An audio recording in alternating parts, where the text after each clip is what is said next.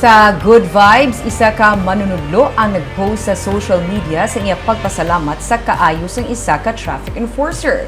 Bitbit ang isa ka karton kag sa kabudlay sa pagsakay sa jeep, tuman ang iyang pagpasalamat nga siya ang nabuligan. Aton kinalahon ang traffic enforcer sa sininga report.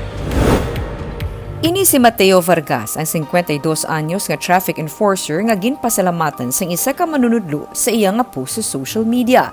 Ginsiling ni Vanessa Guanzon, maestra sa Bacolod City National High School, nga may dala siya nga isa ka karton sang baking essentials kag tuyo niya nga magtabok sa dalan malapit sa Police Station 1 sa plaza sang Bacolod kag nagpangayo siya bulig sa traffic enforcer. Papauli na siya. Pero kay wala sa masakyan nga jeep, bangod nga puno, nagsaylo pagid sila sa dalan katuslaw, amo man ang karga ni Vargas ang karton, tubtub na kasakay siya sa daan na nga City Hall. Suno kay Vargas, sa kaluoy niya sa sitwasyon sa manunudlo, amo nga hindi niya sarang nga matalikdan ini. Papauli naman si Vargas gikan sa iya nga duty sang Lunes ang gabi, sa magsugat anay sila ni Guanzon.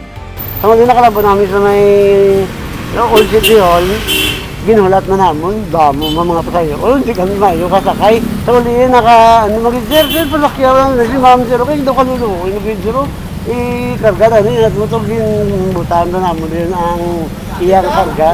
Yung ma'am, sir, mag-sinamon. Muna tayo, nagkulit ng kuday yun. Kaya sa kaluoy mo na lang.